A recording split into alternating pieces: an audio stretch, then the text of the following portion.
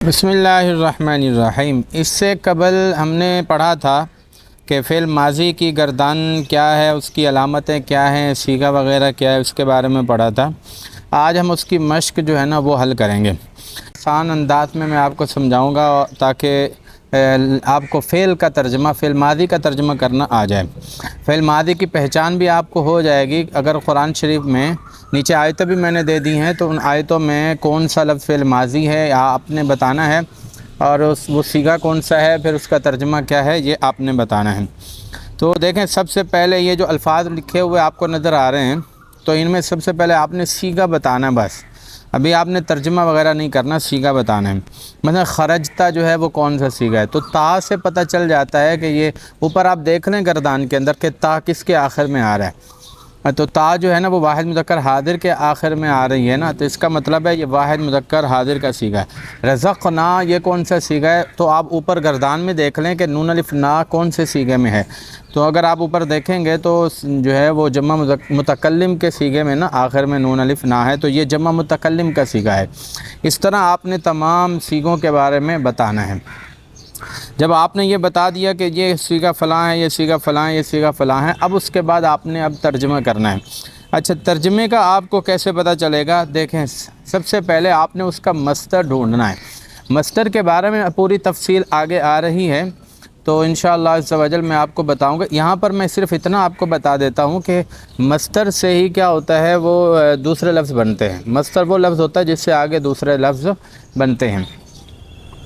तो अगर आपको मस्तर का तर्जुमा आ जाता है ना, तो ये मस्तर भी इस्तेमाल होता है अरबी के अंदर, ठीक है। तो एक तो मस्तर का तर्जुमा भी आपको मालूम हो जाएगा, और दूसरा ये है कि मस्तर से बनने वाले जितने भी फ़ेल होते हैं, यानी मस्तर से सारे लफ्ज़ बनते हैं ना, तो जितने भी लफ्ज़ होंगे तो उनका तर्जुमा करना आपके लिए आसान हो जाएगा। मस्तर से फ़ेल मादी बना, अगर आपको मस्तर का तर्जुमा आता है तो फ़ेल मादी का तर्जुमा भी आ जाएगा। मस्तर का तर्जुमा आता है मुज़ारे का तर्जुमा भी आ जाएगा। मस्तर का तर्जुमा आता है अमर हाजिर का तर्जुमा भी आ जाएगा। मस्तर का तर्जुमा आता है तो आपको नहीं का भी तर्जुमा आ जाएगा। मस्तर का तर्जुमा आता है तो आपको इसमें फ़ाइल, इसमें मफ़ूल, सिफ़त मुशब्बह, इसमें तफ़ज़ील, इसमें आला, इसमें ज़र्फ़ वगैरह जितने भी अल्फ़ाज़ आगे बनते हैं ना, उन सब का तर्जुमा आपको आ जाएगा। मस्तर का जो तर्जुमा होता है ना, उसके लिए उस मस्तर का जो तर्जुमा आप करते हैं तो नून अलिफ ना आखिर में लगता है, यानी ना या ने ये लफ्ज़ आता है। जैसे अल किताबतु है ना, इसका तर्जुमा क्या है? लिखना। तो यहाँ पर तो लिखना है, तो किसी जगह इसका तर्जुमा होगा लिखना और किसी जगह इसका तर्जुमा होगा लिखने। जैसे बिल किताबती लिखने की वजह से या लिखने के साथ, लिखने या लिखना, बस ये तर्जुमा आता है मस्तर का जो तर्जुमा होता है। तो जिसका तर्जुमे में नून अलिफ ना या नून बड़ी ने आ जाए ना, तो वो मस्तर होता है। तो ये मस्तर हैं, तो इनका तर्जुमा कैसे करना है ये मैंने आपको बता दिया है। अब आपने क्या करना है, ऊपर से जो भी लफ्ज़ है ना, तो आपने उसका मस्तर ढूंढना है। मिसाल के तौर पर पहला लफ्ज़ है खरजता, तो हम नीचे अगर इसका मस्तर ढूंढते हैं तो हमें पता चलेगा इसका मस्तर है अल खुरूज।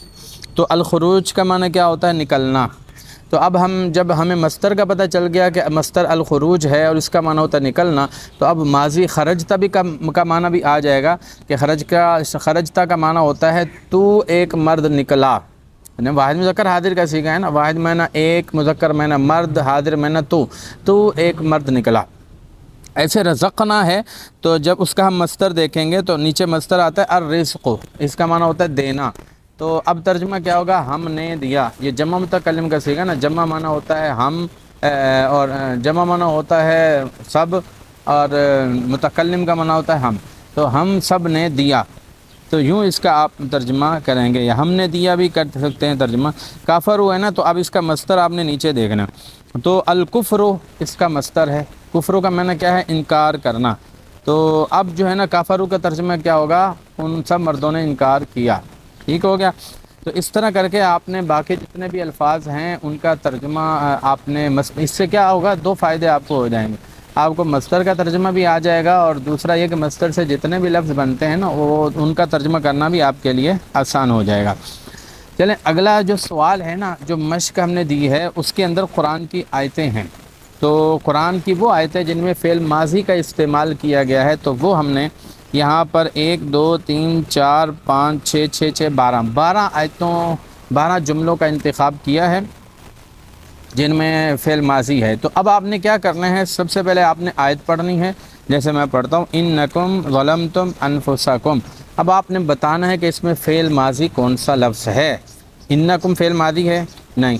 ظلمتم فعل ماضی ہے؟ ہاں۔ کیسے پتہ چلا؟ بھائی تم سے پتہ چل جاتا ہے، ظلمتم فعلتم کی طرح ہے، تو یہ اس سے پتہ چل جاتا ہے کہ یہ فعل ماضی ہے۔ انفسکم نہیں، یہ فعل ماضی نہیں ہے، تو اس طرح پتہ چل جاتا ہے کہ یہ فعل ماضی۔ اچھا، ظلمتم کا فعل ماضی کا تو پتہ چل گیا، اب آپ نے بتانا ہے کہ اس کا مصدر کیا آتا ہے۔ تو اوپر مصدر کیا ہے؟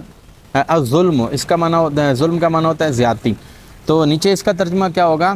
بے شک تم نے اپنی جانوں ظلمتم زیادتی کی، انفسکم اپنی جانوں پر، تو اس طرح آپ نے ترجمہ کرنا ہے، ٹھیک ہے۔ ایسے ہی میں سارے جملوں کا آپ کو نہیں کر کے بتا رہا، کیونکہ یہ آپ نے کرنا ہے، تو آپ نے اس میں 2 کام کرنے ہیں۔ اچھا، ایک چیز آپ ذہن میں رکھیں کہ جب فعل ماضی جتنے بھی یہ الفاظ ہیں نا، یہ جب الگ ہوں گے نا تو ان کا معنی اور ہوتا ہے، تھوڑا سا فرق آ جاتا ہے، اور جب یہ جملوں میں استعمال ہوتے ہیں، کلام میں یا قرآن میں آتے ہیں، تو وہاں پر جو ہے نا وہ آگے پیچھے لفظوں کی وجہ سے نا ان کے ترجمے میں تھوڑا سا فرق آ جاتا ہے۔ مثال میں آپ کو دیتا ہوں، کفروا، اس کا ترجمہ کیا ہوتا ہے؟ ان سب مردوں نے انکار کیا یا کفر کیا۔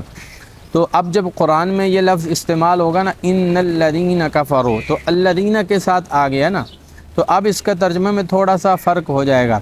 بے شک الذین، ان بے شک الذین وہ لوگ، کفروا جنہوں نے کفر کیا۔ جب الذین کے ساتھ ماضی آئے گا نا، ماضی کا لفظ، تو پھر جنہوں نے ترجمہ کریں گے، ٹھیک ہے، یا جو، جنہوں نے، یہ ترجمہ ہم وہاں پر کریں گے۔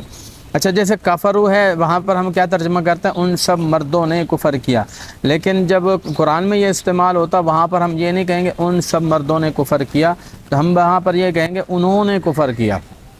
اگر الذین کے ساتھ ہوگا تو جنہوں نے کفر کیا، اور اگر الذین کے بغیر کسی اور جگہ پر ہوگا وکفروا، اور انہوں نے کفر کیا، تو یہاں پر ان سب مردوں نے کفر کیا کہنے کی ضرورت نہیں ہے، بس انہوں نے کفر کیا، یوں آپ کریں گے۔ اچھا، ظلمتم جیسے الگ ہوگا نا، تو اس کا ترجمہ ہم کریں گے تم سب مردوں نے ظلم کیا، اور لیکن جب قرآن میں استعمال ہوگا تو وہاں پر یوں نہیں کہیں گے کہ تم سب مردوں نے ظلم کیا، بلکہ یوں کہیں گے کہ تم نے ظلم کیا، ٹھیک ہے۔ مراد مطلب وہی ہوگا کہ تم سب مردوں نے ظلم کیا، لیکن ترجمہ ہم یوں نہیں کریں گے کہ تم سب مردوں نے ظلم کیا، ترجمہ کیسے کریں گے؟ بے شک تم نے ظلم کیا، تم نے زیادتی کی، ٹھیک ہے جی۔ یہ تھوڑا سا فرق ہے، اوپر جو ہے وہ گردان، جب لفظ کا الگ ہم ترجمہ کریں گے تو اس کا ترجمہ تھوڑا سا الگ ہوگا، اور جب یہ قرآن کے اندر یا کلام میں، عربی کلام میں وہ لفظ استعمال ہوگا، ماضی استعمال ہوگی، تو پھر اس کا ترجمہ الگ ہوگا۔ تو آج کے اتنا سبق تھا، آپ نے یہ مشق حل کرنی ہے، اور مشق حل کر کے آپ نے ہمیں سنانی ہے کلاس کے اندر۔ اللہ تعالیٰ سے دعا ہے ہم سب کو دین متین کی خدمت کے لیے قرآن کا علم حاصل کرنے کی توفیق عطا فرمائے۔